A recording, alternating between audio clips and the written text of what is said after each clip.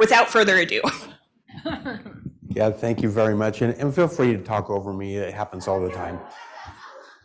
I've just got to tell you real quick, when I was asked to present, Mandy had reached out and I said, absolutely, anytime I get a chance to talk about what I do, I would love that opportunity. And then Grace let me know that I was a keynote, and I'm like, I have never been a keynote speaker, so consider myself your end note as a footnote to the excellent program that you had. It is a pleasure to be here. And just as was mentioned, I'm the executive director for the Western Association of Ag Experiment Station Directors, but you'll see a brand up here that is new to us. We're moving away from that because not only is it difficult to say, but many people don't really understand what it is or get it confused. And so we're going to be rebranding, and I'll get to that a little bit later, but you'll see agInovation. We're going to move towards agInovation West. Rolls off the tongue, and it kind of resonates a lot more with a broad audience. So I was asked to talk about what makes a successful multi-state. And so I decided to change the presentation to walk through what a multi-state is and what how they came about. Before I move into that, I just want to gauge the audience's knowledge.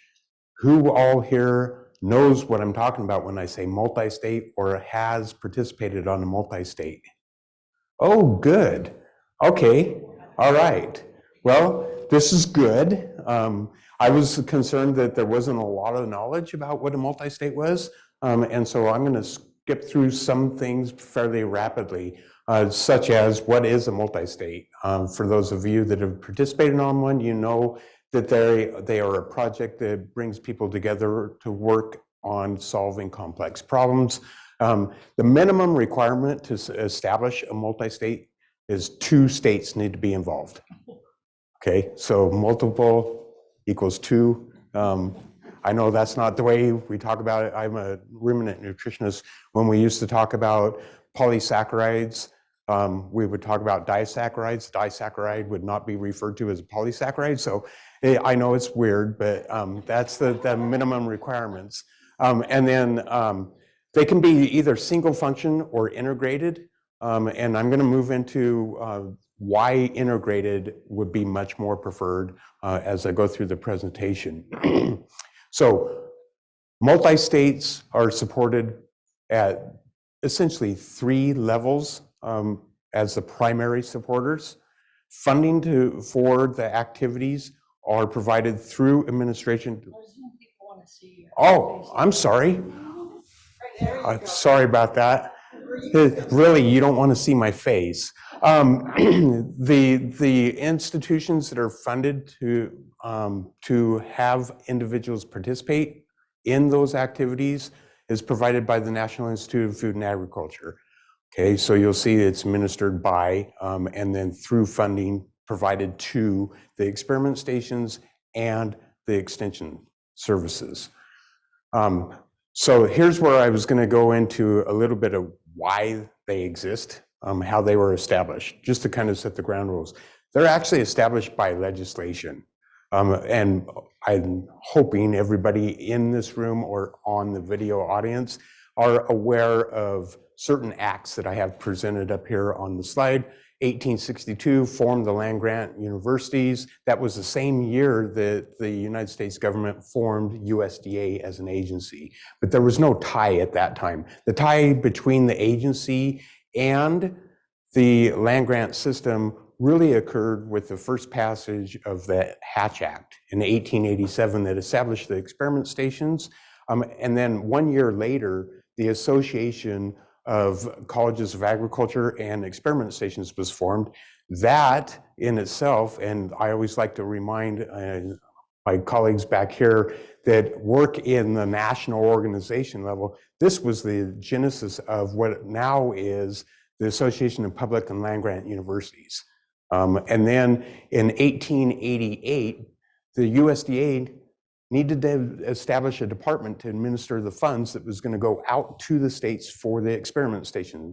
So what we now know as NIFA was established in 1888 to provide the funding to the experiment stations to perform their work, research. And then in 1914 was this passage of Smith-Lever that formalized that partnership between the United States government, states, and counties for extension.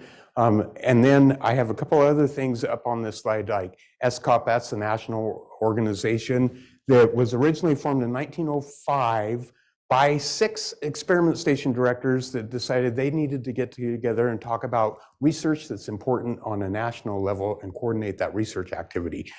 Okay, so that was the very first of what we call COPS, the Committee on Organization and Policy. And then what that committee has been doing forever is essentially trying to drive policy around different issues regarding ag and related research, food and ag, nutrition, whatever you want to think of, and it's all part of our same purview. And then what really is key to the multi-states is the 1946 Act that was passed, Research and Marketing Act. In that particular legislation, it said that states must spend up to 25% of their hatch funds to establish regional research projects. That act in itself is the reason that I'm standing here today, because we as regional associations were born out of that act to manage that multi-state activities. What at that time it was regional research. And then a couple of other key ones on here is the RERA Act of 1998. That's the one that says the experiment stations need to work with academic programs and extension on integrated activities. And it also said that extension needs to spend a portion of their funds to support those type of activities. Okay, and so I'm going to come back to that point here in a minute. NIFA, the agency that we know now, wasn't formed until the passage of the 2008 Farm Bill. And then lastly, as I mentioned, SCOP is no longer going to exist as that name. It will now be agInovation. So it only took 118 years, but the experiment stations finally figured out that SCOP does not really mean much to many people, and so we're going to move to something that might have a little more meaning. So just to reiterate, if you're really interested, you look this up in the Research and Marketing Act, but again, 25% of the hatch funds were to be set aside and now actually are administered as a separate funding line to support these multi-state activities. And this is, again, what led to the establishment of the regional associations, one of which I work with and my colleague in the back, Doreen, works for. These regional associations were originally the experiment stations got together and talked about what are some of the regional research activities that we should be supporting. Supporting means not just in moral support, but actually putting dollars towards. And then eventually what happened was each one of those regions established bylaws and formed these associations. And then they hired directors at large that would then assist them at the national level. And then those positions became executive directors. Our primary responsibility is to manage the multi-state portfolio. And I just put up all the regions there to show you what those designations are. There's 5 regions. One of the regions is the 1890 ARD or Ag Research Directors region. Okay, so we consider them an equal region, only they're not required by law to spend a portion of their capacity dollars on multi-state research. So the multi-state research portfolio is managed by the 4 geographical regions and not our 1890 partners, because they were not mandated by legislation to spend a portion of those dollars on those activities. They're beginning to consider and have it actually established some of these committees. Just to give you an idea of who my partners are out there through the region, this slide just represents the executive directors and our assistant directors, coordinators, or in our case, our administrative management specialist. And then, so when you are interested in a multi-state, recognize these are the individuals that you'll be talking to if you have a question about what's happening in the 1890 region. Alton is a wealth of resource, I mean, just a wealth of knowledge, excellent resource, as are all my other colleagues. When we talk about multi-states now, they are truly multi-states. That 1998 Act, that ARERA Act, transitioned from calling them regional research projects to multi-states because they are regionally hosted, but they can be national in scope. So just because we host a group of multi-states doesn't mean that it's restricted only to people that live in the West. We can have participation from any of the other regions. Now, the reason that they're land grant based is, again, because of the funding that comes to the experiment stations. In this slide, it's just an illustration. The date is not relevant so much because we really haven't seen an increase in hatch funding since 2020 anyway. But just to give you an idea of the type or the magnitude of what we're talking about that goes towards the multi-states. Somewhere in the order of $60 million of hatch money is pulled off to support multi-states. A little better than 14 million of that is going to experiment stations in the West to support their faculty to participate on multi-states. What we do at the regional level is make sure that the multi-states that are proposed are meeting the standards. We don't provide funding. Funding is provided at the local level. It's the directors that make those decisions. We make the decision on whether or not it meets the minimum standards and the requirements set forth by the legislation. So that $14 million plus that is in the West goes to each one of the stations. Recognize this, in the case of hatch dollars, every hatch dollar that a state receives must be matched 1-to-1 by the state, okay? So the amount of dollars that we're talking about making decisions about to approve is somewhere around the 28 million mark in the West alone, okay, or 120 at the national level. This particular slide just illustrates what has happened over the course of time. It wasn't until the ARERA Act that we had these integrated activities, because then we were mandated by federal legislation for extension and research to work together. And so what we have now are these projects known as WRMHNN, and I'll get into that a little bit more, but I just put this up here to demonstrate kind of our whole portfolio. We average somewhere around 60 to 70 projects that we manage over any year. And then in any given year, we'll be evaluating anywhere from 12, and Jake, don't listen to this, up to 20. And I point out Jake because I'm gonna tell you a little bit more about what he helps us do here. And then that's the pending. The ones that are pending are the ones that I think this group might be interested in developing. Okay, so I'm going to move directly into the proposals themselves because it helps answer the question, what makes a successful multi-state? Okay, and I'm just going to focus on WRMHNN because those projects are Western Extension/Education. It can be either or both research activities. That's what the ERA stands for, Extension/Education and research activities, okay? And so this tells you exactly what that means. They're fully integrated.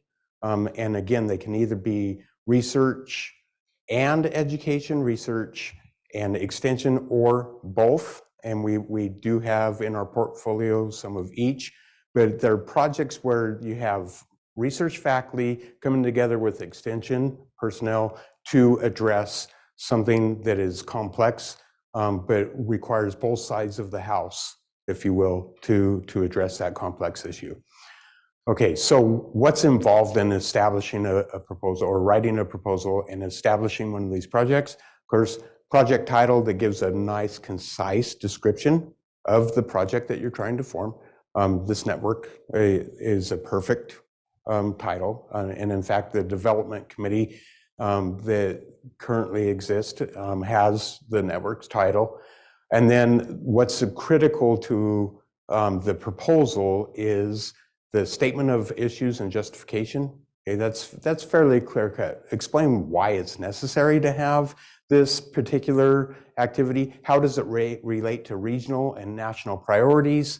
And then identify, because of that ARERA Act, the ARERA Act says you need to be responsive to stakeholders. It also should include the groups of individuals that will benefit because you're going to have this activity.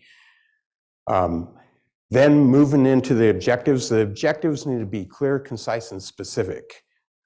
Okay, usually one sentence about what is the main thing that you're intending to work on that is going to be action-oriented and impact-oriented. And we'll move into why that's important as we go through this. And then the procedures and activities is basically how are you going to achieve over the course of a 5-year, when these projects are approved, they're approved for 5 years. Over the next 5 years, how will you meet your objectives? What are some of the ways that you will do that? Explain that in relatively good detail. And if possible, explain how every person that, and I'm assuming this whole group is going to be part of this, every person in this room would contribute to those different activities. Not everybody has to contribute to every objective, but everybody that's on the project needs to contribute to at least one objective.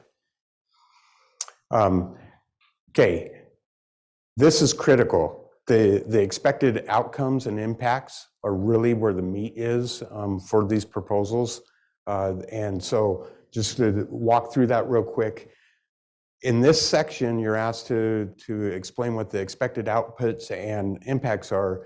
It's important to recognize that's different than outputs. Okay, outputs is what you're doing today. You're delivering a workshop, you're having discussions about something, that's your deliverable. But what's really key is defining what those outcomes will be. And we heard some of those outcomes already today, and I apologize. My flight didn't leave on time, and in fact, I was starting to sweat bullets. I was thinking, Jake, you're gonna have to give this presentation for me because I'm not gonna be there.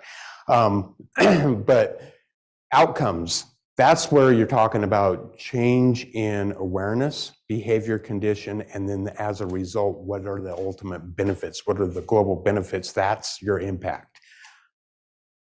And I see people in here like Mindy that already knows this, and so she can help you through all this because she reports on this. I know from the time that I was in Wyoming, I saw some of the impact statements that she wrote. So I know there's people in this room that already know what I'm talking about. Okay, and then the education plan basically is describe how you plan to disseminate what the work you're doing, and then also beyond that, how that work is going to be translated in and utilized by a variety of different consumer stakeholders or whatever your target audience is.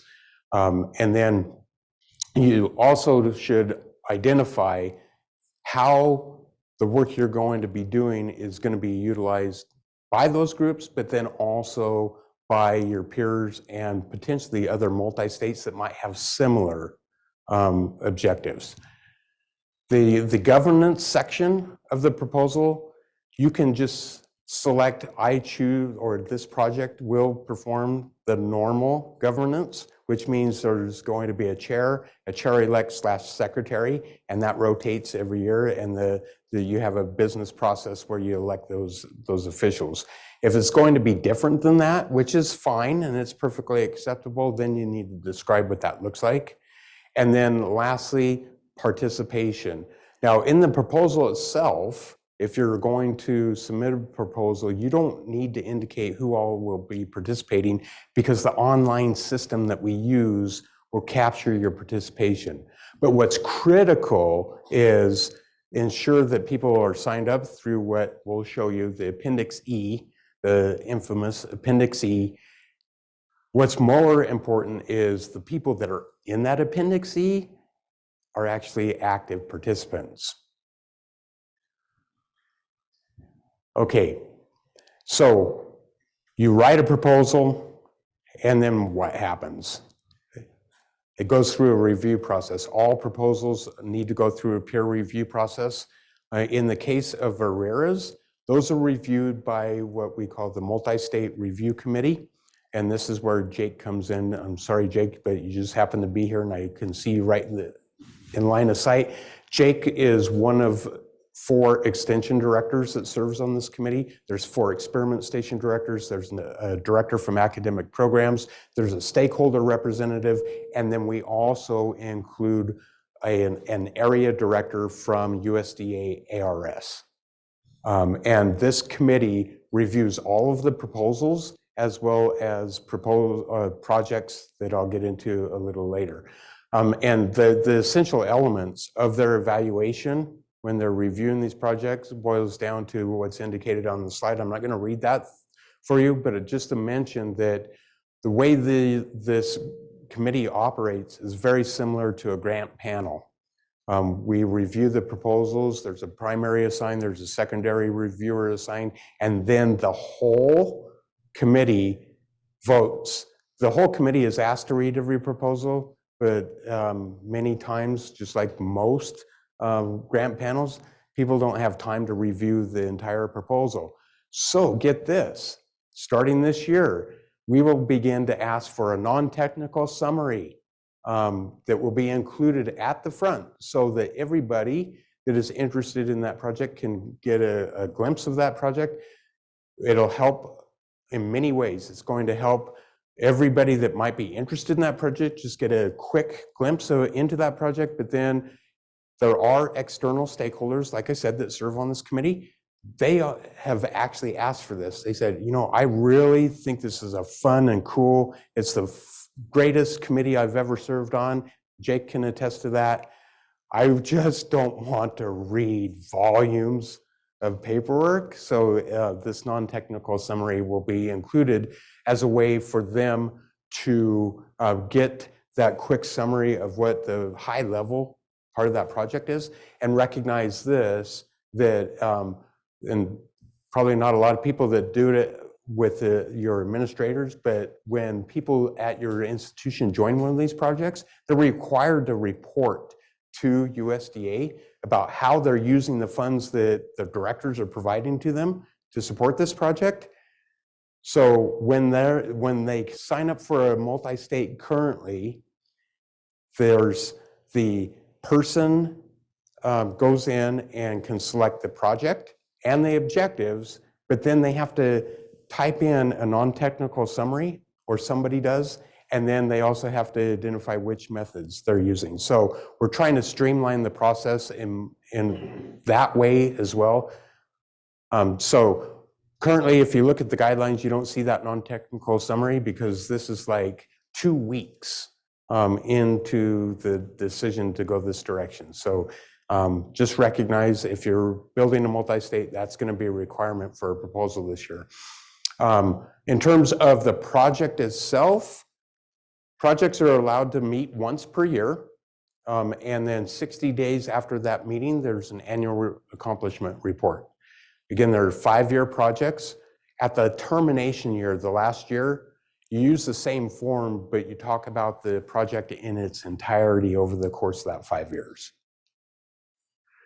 So what is included in that report, and this is another element that's critical in addition to what happened at the meeting, is official minutes, any milestones or time-linked accomplishments. So when you're writing the proposal, sometimes you'll indicate by 2000 and whatever, we're going to do another workshop like this.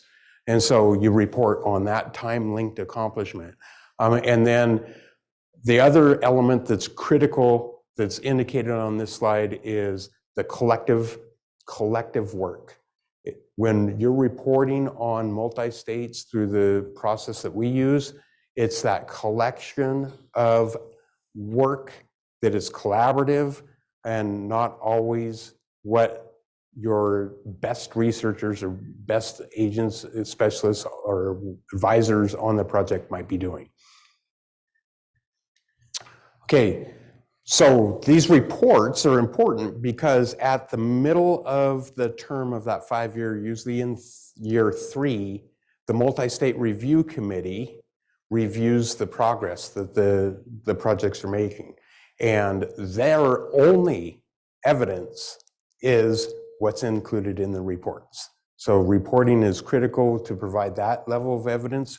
And then before MRC reviews them, the project's administrative advisor will provide an evaluation. So there's 2 checks. There's one by the administrator that's been assigned to help provide advice to ensure the project is on progress, and then a check by MRC to make sure that the project is indeed progressing. This is a critical point because not only is there that check, but then there's some guidance that can be provided. Look, you're doing great. If you did this when you report, you would be in better position to convince us if you plan to renew that you're on track. Okay, so what does make, sorry, I had to go through the basics, but I figured I would go through the basics before we just jumped into what does make a successful multi-state. And one word up here says it all, and that's interdependence. Okay, it's that interdependence among individuals that work on that in a collaborative fashion that meet the high standards of science, but then of professional activities that is going to make a difference. Okay, that's what it boils down to, and that's why I indicated the only evidence for that is in the reports. Administrative advisors are often the ones that know the most about the project, and we see some excellent evaluations, and then we go into the reports and say, you need to tell your group to put all of what you just said into those reports because we don't see it. So that's why I went through that. And so some of the other key components is that added value and synergy. Okay, if you can demonstrate synergy, that's better than the added value. But even the added value of the group being together is great. Multidisciplinary, multi-institutional, as I mentioned, multifunctional, that true integration where you do have research that's integrated with extension activities. If you can demonstrate that in your reports, that's going to go a long ways. And then here's another thing. You don't need to be from a land-grant university to participate on these. You can come from industry, you can come from another university partner. I did notice on the agenda there were individuals from other universities. They can participate. The way they go about it is a little different, and we can get into that when we get into some of the nuts and bolts of the NIMS part. And then again, I cannot emphasize enough this idea that need to emphasize that collaborative work. Why is it critical for this group to form? How is it that this group can do something that a single individual cannot? Okay, and so that's as essential as anything. And then the way that the project uses this collection of individuals' expertise to advance and leverage what the institutions can provide, but then also leverage funding is critical in a successful multi-state. Okay, so some of the accomplishments too, just kind of reiterate, but then basically wanted to point out that in the reports, what's critical is what are those outputs? What is this project doing? Are you publishing jointly? Are you holding joint conferences? How is that information being exchanged? And then, as we heard earlier today, is there a change in behavior? That was some awesome beginnings to some really cool outcomes. Okay, so let's just take that as an example with the adoption rate. And then the change in behavior, right? There was pretty good participation, but 79% of the youth that responded said that they would be more open to changing their eating behavior. That was pretty cool. right? And so what exactly are they doing with that? What is the result? Well, there's a change in condition. We heard that anecdote, right? This young lady is now the one that's rushing out, grabbing those vegetables and trying to cook with them at home. What is really cool about this is that next step, because of that activity, we're beginning to introduce and use more cultural food in the diet of the individuals. I just mentioned right there a social impact, right? And as the West has become more westernized and included going out to the islands, we see less of the cultural foods being used in the diet. That, just by that program alone, you're introducing those back again. And I can't wait to try some of those pancakes because it sounded like the kids really enjoyed them too. So put this slide up here just to give you, just to emphasize enough from a different perspective rather than going from the negative first. I'll just talk to you a little bit about some of the common criticisms that we receive when MRC meets and others might evaluate the projects. I didn't go into the projects that are peer-reviewed, but there are true research projects where the whole group works on objectives that are common, that are addressed by a collection of researchers. You'll see these same comments over and over again, and that's why I touched on them as I went through. That collaboration, that coordination is so critical. It's not, I mean, there's some projects out there that have some of the best scientists. They are so productive. There's one that has a person that publishes like 25 papers per year, and that's just on average. And they talk about how great that person is, and the question is, so what? How does that help the group? What they failed to do in their report, because I've witnessed this committee, I've been at their meetings, what they do is provide mentorship to their young scientists. They bring a proposal in, they talk about what they're planning to do, and these senior scientists that are so productive help guide them so that they're successful in their research. The reports don't reflect that. So, you know, it's that reporting, even though it's a bugger to do, it's so critical because that's your evidence that you're going to be a successful project. Okay, I'm so glad that this room has screens everywhere, and I apologize for this being so small, but what this is a screenshot of the homepage of NIMS, the National Management Information Support System. That's why we call it NIMS, so we don't have to say that whole thing. This is the database, this is the platform where all the multi-state projects live. And so this is where, if you were to write a proposal, you would put the information into this system and follow all of what I had outlined before. In order to become a participant on a project or even start writing a project, you need to become a user. And so what I've put on this particular slide, and I apologize, you cannot see it, but in my case is in the upper right-hand corner, right between the NIMS and org, it says new user. If you've never been in the system, you click on that, you enter your information, and then it will go to the regional system administrator that somebody has requested to become a user.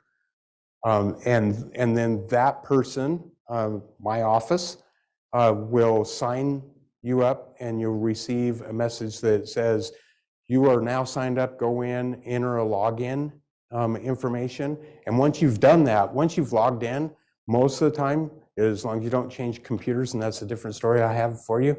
That's a personal issue I have. Once you've entered all that information and logged in, your computer will typically save that login information. So the next time you log in, you'll see a screen that has all of this already up. You log in, and the reason I put this up here, and again, I know it's super small, screenshot from my laptop, probably didn't help, should have enlarged the screen, I apologize, but what I wanted to show is once you log in, if you go over to the left-hand side, there's a drop-down menu, there's a list of items, and then there's under the participants section, and that's what I've tried to highlight here is, if you click on participant, Then there's a drop down. And then you go to draft new participant. Draft new participant under participant. And then that will take you to this screen. And this screen is where you actually fill in your information for the project that you want to join. And so if you start typing in that very first box, just the number of the project, a drop-down screen will come up on your computer. You select which project you want to join. And then the very next one is you start entering your name. NIMS will pull your name out of the records. If you're going to be the official participant, then you include that.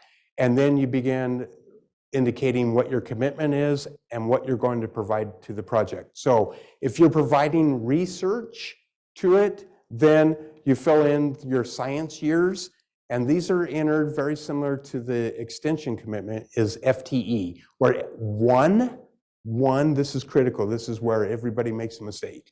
1 equals 100%. They're entered in decimal form. So 0.1 would be 10% of your time as a scientist or extension personnel to be on this. If you come from an experiment station or are registered in our system as an affiliate of an experiment station, you are forced to join these projects at 0.1 SY, science years, okay? Science years, FTE. And then in each case where you have your knowledge area and your science and your field of study, there's a little question there. You can click on that and identify the fields. These are codes that have been used ever since NIFA was CRIS and then migrated to CSREES.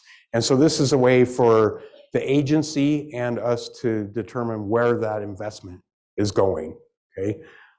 And so you fill all that out, and then you hit save, submit, and then it goes into a black hole, but that's not truly what happens. It seems like the user, from the user perspective, it goes into a black hole, but what it really happens is your office, your director's office, receives a prompt that says somebody, and is usually the person, somebody has signed up for this project and is awaiting your approval. And so then your director's office goes in, evaluates, is this somebody that I want spending time on this project first? And then, okay, we'll go ahead and approve it. And then the participant will be approved. Unless you're not from a land grant, either AES or experiment station affiliate or extension affiliate. If you come from a non-land grant, then that sits in the pending files, and our office goes through it on a monthly basis and identifies individuals that are trying to sign up for a project that are non-land grant participants. We do a quick analysis of that Appendix E, and if everything looks right, as long as you're not committing 50 science years, we'll usually come back and say, how many people are in your lab? That's a lot of commitment, right? Because if they meant 50 as in 0.5, 50%, we need to modify that. So we'll ask those type of questions. We'll do that approval. Once that approval goes through, now you will be in that list of participants. So you don't, in the proposal, you don't indicate in the proposal itself who all will be participating. When you're submitting that proposal, you're asked to ask your participants to file their Appendix E. And then that Appendix E will be automatically included in the proposal. Okay, let's see. Good deal. We're going to have a little time for questions. I have contact information for myself, our regional office up there, as well as the website. And then I just want to thank you again. It's been fun talking about multi-states. As you might be able to tell, I'm a lot passionate about it. And so I'm looking forward to any questions you might have.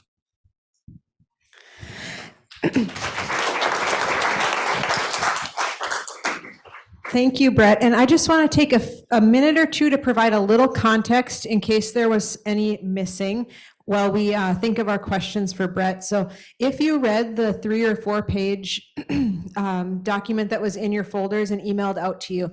The purpose of this network, starting back in 2019, was to move towards being a multi-state project. So if that wasn't clear at the beginning of Bret's presentation, we apologize. But the purpose, kind of the end goal, was that we would eventually submit a WRA, as Bret has explained to us. So back in 2019, the group formed. This entire gathering is funded by a conference planning grant from USDA, and we're hoping with the pulling together of the steering committee that we've talked about and the work groups that we're going to be working on in the rooms next door through those networking and road mapping sessions, that the eventual outcome will be a proposal for some funding. So thank you, Bret, for explaining to us what a multi-state looks like. That's kind of our end goal, our hope. And Grace is going to pull up a webpage from NIMS that shows WDC 55. Is that our number? Yep. So there's kind of a started proposal in there.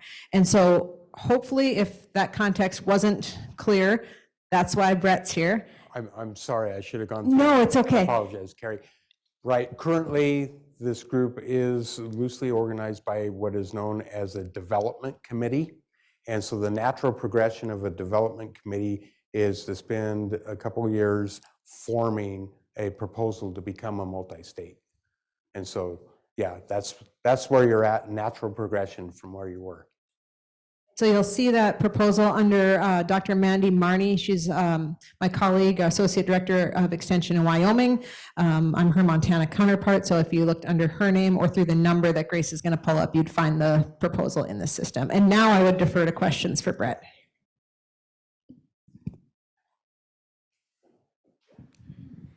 Hi, thank you for a great informative presentation. I had actually two questions, so if it's okay. One is, when you're looking at justification for why it should be a multi-state, why are there multiple organizations, could you give more of a sense of like how much detail do you need to go into in that? Is it really like this organization brings nutrition specialty and expertise, this other organization is the mental health piece of it, or do you need to go more in depth? I think that any level of compelling argument that you might be able to make, I would say no war on peace, because that's going to be way too much. But if you can do it in just a few sentences or a couple paragraphs that explain why it's so critical that you're combining mental health and nutrition, then you'll be fine, right? I think from what I witnessed so far of this group, and the diagram that I think is in that proposal, but the diagram that this group has published is an exceptional description or depiction of why it's critical to bring both of those together. Great, thank you. And then the second question is, you had that slide looking at like short-term, medium-term, and long-term outcomes. And ideally, we'd like to look at all of them, but it's usually not feasible. Is it okay in most cases to like focus in on one of them and then use the literature base to say, well, if we see this type of change in this behavior, it's shown to be associated with something else? That's an awesome question, because you're absolutely right. In the 5-year duration, you may not be able to collect enough information to demonstrate what that true impact is. So you can talk about potential impact. If all of Hawaii was to adopt this program, then we would do this. Yes, it is perfectly acceptable to talk in terms of potentialities and expected outcomes and impacts, especially at the very beginning. Thanks again for your presentation. I have two questions too. You said specifically that you don't need to be from a land-grant university in order to participate. So my question is, the multi-state feature, minimum of 2.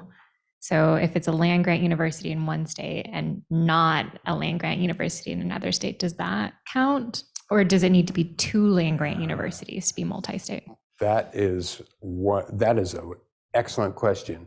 It should be 2 land-grant universities. In order to establish a development committee, you need to have sponsors from 2 different states, and those sponsors need to be somebody in administration, a director level or an associate director, that sends a message to my office that says, we wish to form a development committee.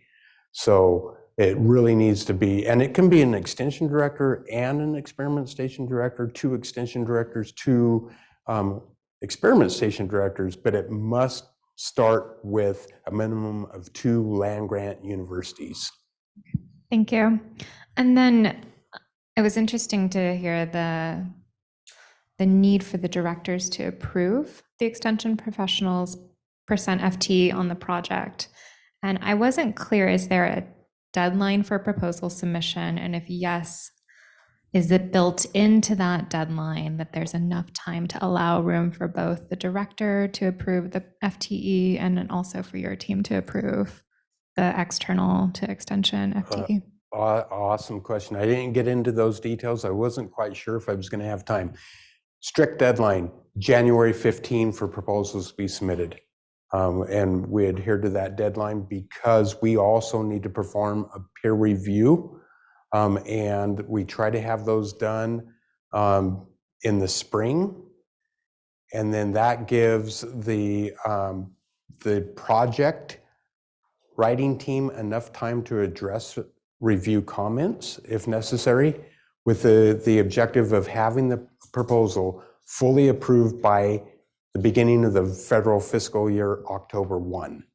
Okay, so we force that January 15 deadline primarily because it takes time to go through the peer review process, respond to those peer reviews, go back and forth potentially depending on what the MRC suggests. And our office always strives to ensure that anybody that submits a proposal sets themselves up so that they're successful. And so we'll do our best to work with the committee to ensure that they continually to address the reviewer comments so that they meet the requirements. There was another part of that question, and that was the participants. Does the full committee need to be formed at the time that the project is submitted? No, but you do need at least 2 of your 2 sponsoring states better be in there. Otherwise, everybody's going to say, nah, probably not going to work. The more of your participants that can be included at the time of review, the better, because one of the things that MRC looks at is, do they have the right people or do they have the right expertise on this project to accomplish those objectives?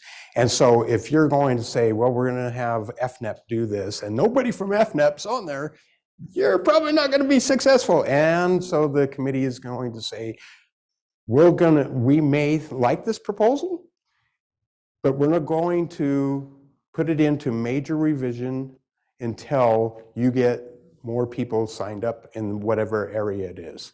So not critical at the very beginning, especially at the time of submission, but I would say before April, try to get as many participants that you know are wanting to be on that project and willing to be on that project signed up. And remember, directors' offices or our office are the ones responsible for approving participants, and sometimes they sit in a queue. And so give yourself some time. If it's April to fully flesh out your full committee, back that up a month or 2 to allow all of the approvals to go through their steps too. You talked about the length of time. It's renewable after 5 years too. Yeah, so the question up here was length of time, and it's renewable after 5 years. Correct. So the multi-state projects are approved for a 5-year period, and then there is a possibility of renewal. And in fact, at the end of the 4-year period, our office will send an email out to the administrative advisor, and if we know who the lead or leads are on the project, we'll ask them, are you interested in submitting a renewal so that we know what to expect come January 15?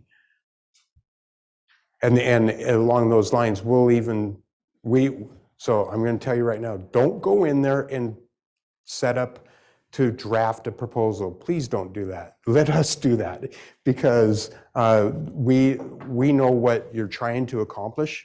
And so if you're interested in setting one up, contact me, and then we'll go in and set up what I call the shell. So we'll go in and say, okay, you want to become a WIRA, and then we'll communicate back. Here's the access to that shell, who all do you want to be able to put information in, and then we'll make you project editors so that you can enter your proposal directly. That's the same thing at the beginning when you're wanting to establish one, and the same thing at renewal. Other questions for Bret?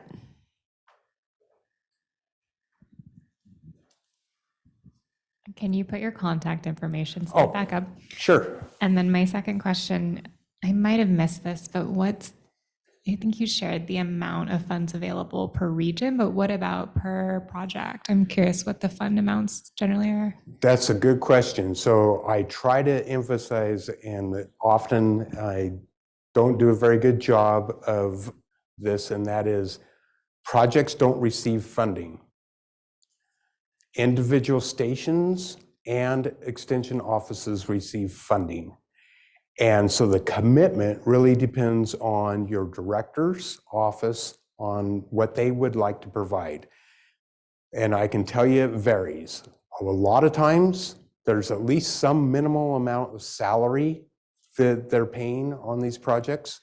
And so you may not see it unless you receive a paycheck every month.